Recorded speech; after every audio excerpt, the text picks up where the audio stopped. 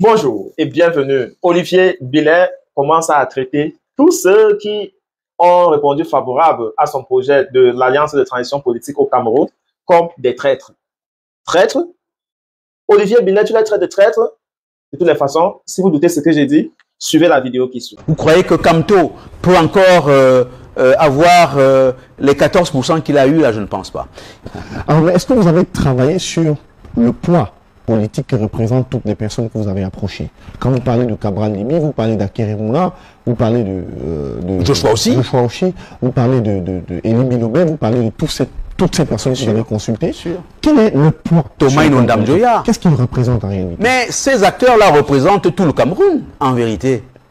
Ils représentent le Cameroun si on prend les statistiques de la dernière élection présidentielle, que représentent-ils? Non, écoutez, vous savez, si vous organisez l'élection présidentielle demain, là, oui, croyez-moi, les résultats de 2018 ne pourront jamais être reproduits. Hein.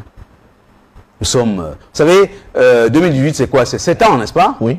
Après 7 ans, vous croyez qu'on pourrait encore avoir les résultats qu'on a connus, là? Je ne pense pas. Vous croyez que Camto peut encore avoir les 14% qu'il a eu, là? Je ne pense pas. Il faut même dire que le MRC avait réussi à faire ce résultat parce qu'au fond, voyez-vous, le public camerounais, en réalité, ne connaissait pas encore véritablement ces acteurs politiques. Le public camerounais n'avait pas encore été, je dirais, en présence d'un certain type de réalité. Oui. Et c'est la raison pour laquelle j'ai envie de vous dire que les statistiques de 2018 ne peuvent pas être reproduites demain. En aucune manière. Ce qui, pour moi, fonde véritablement le poids politique de notre plateforme, c'est que nous ne sommes pas un, nous sommes un collectif. C'est comme dans le cas d'une équipe de football. Voyez-vous, ce n'est pas un seul joueur qui doit faire la force d'une équipe. C'est véritablement le collectif qui doit faire la force d'une équipe. Mais il se trouve que, par bonheur, nous avons déjà là-dedans des acteurs politiques qui, sur le plan statistique, sont déjà assez, je dirais, capés sur la scène politique camerounaise. La seule plateforme qui a pignon sur rue et qui a de la valeur au regard des Camerounais, parce que les Camerounais ne sont pas idiots. Les Camerounais nous disent depuis toujours, et moi je me souviens de cela, Romaric Tenda, depuis 2011, unissez-vous, mettez-vous ensemble, parce que vous avez en face de vous une organisation politique frauduleuse qui utilise les moyens de l'État pour dominer. Et que face à cette organisation-là, seule l'unité peut constituer l'élément de salut pour vous.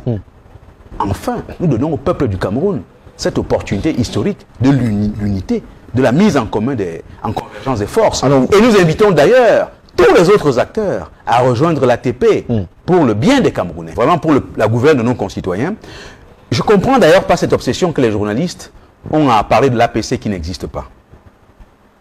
L'APC n'existe pas. Du tout, pas du tout. Non, elle n'existe pas. C'est juste quelque chose de lilliputien qui n'a strictement aucune valeur, aucune existence. Vous estimez que l'APC c'est une coquille vide? Elle est vide, il n'y a juste rien là-dedans. D'ailleurs, je ne sais même pas pourquoi vous en parlez avec insistance. L'expérience de 2018 est une expérience qui ne pourra plus... Les chiffres de 2018 ne peuvent plus être retrouvés demain. Plus jamais.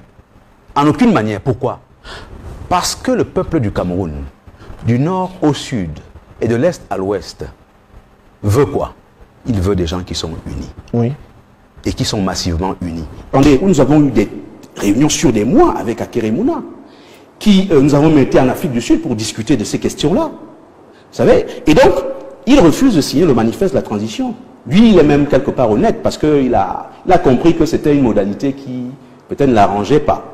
Il n'a pas signé le manifeste et il est parti. Par la suite, vous avez signalé Diokam Tchameni qui s'est montré extrêmement réfractaire à l'idée même d'aller à ce que nous avons appelé une primaire.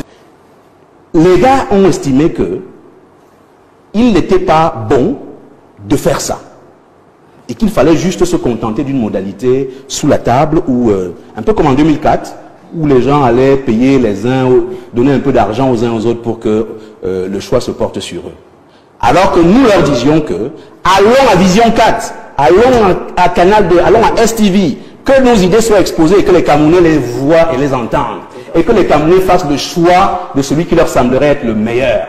Voilà le facteur de divergence et de discordance. C'est comme ça que ces camarades-là ont décidé de prendre la clé des champs et de partir. Quelques autres sont partis Nkouvondor, mon ami, s'est également investi à aller soutenir finalement la plateforme d'Akeremuna, alors que lui est même allé jusqu'à signer le manifeste. Il est signataire du manifeste. Je ne sais pas si vous voyez le degré, et je crois que là, Claude Adé va boire du petit lait, lui qui est son ami. Mais là, ce n'est pas de la traîtrise, c'est de la félonie. Ça s'appelle en langage simple de la félonie.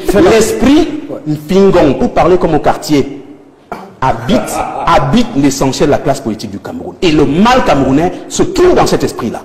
Aussi longtemps qu'on ne sera pas capable d'impulser dans ce pays un minimum de sens éthique, de sens moral. Vous voyez souvent représenter votre plateforme pourtant ici. Mais voyez-vous, oui, voilà quelqu'un qui a représenté souvent la plateforme. Mais je vous assure, professeur de droit, par ailleurs, collègue, non collègue, qui signe signature. Il part du jour au lendemain, sans même vous notifier de quoi que ce soit. Vous apprenez seulement qu'il est déjà... Pourquoi est-ce qu'il y va? Il y va parce que Akeremuna lui a proposé un peu d'argent pour obtenir son yango, pour parler comme Mathias Oling. Qui a plusieurs... Il n'y a pas une opposition unique. Dans l'opposition, vous avez des acteurs qui sont infiniment plus proches du régime RDPC que d'autres acteurs de l'opposition. Il y a une véritable diversité de conceptions politiques. Et donc, à partir de ce moment-là, vous voyez toute la difficulté qu'il peut y avoir à agréger tout ce monde-là. C'est ce que j'avais tenté de faire, vraiment peut-être très naïvement, en janvier 2024, quand je lançais l'initiative ATP. C'était vraiment une affaire de très large ouverture, où tout le monde aurait pu... Mais si des gens ne sont pas capables de se soumettre à un process de choix d'un candidat qui soit le plus propre possible, qui s'appelle une primaire ouverte, alors, si ça veut dire que vous ne pouvez, en réalité, il n'y a pas grand-chose à en tirer. On va tenter de vous dire que bon, prenez encore du temps, prenez encore 7 ans. Non. Alors, dès le départ, Olivier Billet demandait une transition, et lorsqu'il a compris que le professeur Maurice Kamto a dénoncé de façon systématique qu'on ne peut pas, dans un pays démocratique, penser à l'alternance par la transition, c'est-à-dire un coup d'État, il a rapidement changé de veste en sollicitant que, ben voilà, il devait passer aux primaires.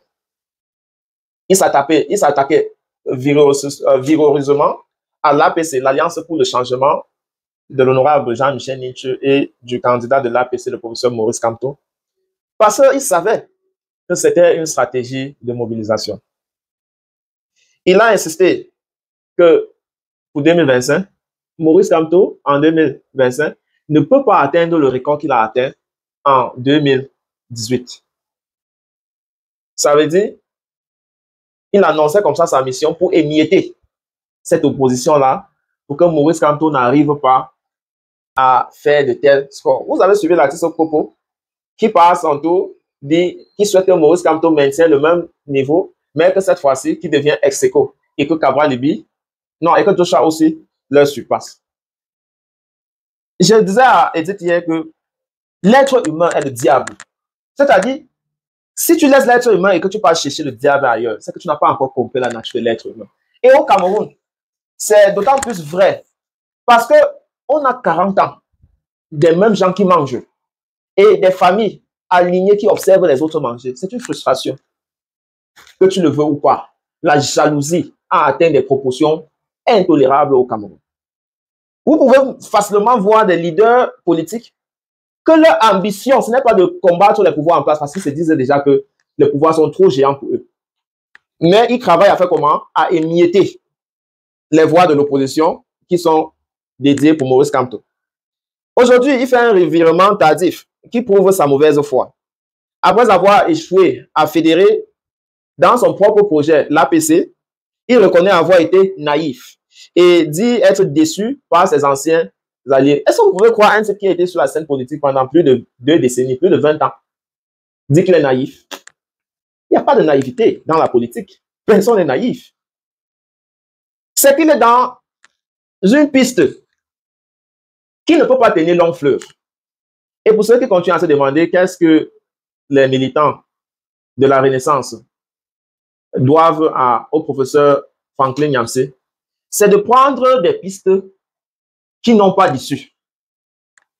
C'est-à-dire s'embarquer sur un chemin qui va faire ce qu'on appelle 100 meter race, qui ne peut pas aller loin. Or, l'alternance, c'est le cardio. C'est la résistance. Ce n'est pas la vitesse. Donc, quand tu dis que les Camerounais partent dans la rue pour revendiquer, qui ignore que c'est une façon rapide d'avoir l'alternance? Mais, on a des exemples palpables. La crise post-électorale de 2018. Avant ça, le anglophone crisis. On a vu comment les autorités n'ont pas économisé leur vengeance sur cette population-là. Or, cette population au quotidien subit les dictats d'un système totalitarisme. Bilet aujourd'hui a une posture alignée sur les stratégies du régime. Son discours ressemblait à celui du MRC, reprenant des arguments visant à minimiser l'impact de Camto et de l'APC. C'est ce qu'il s'efforce de faire.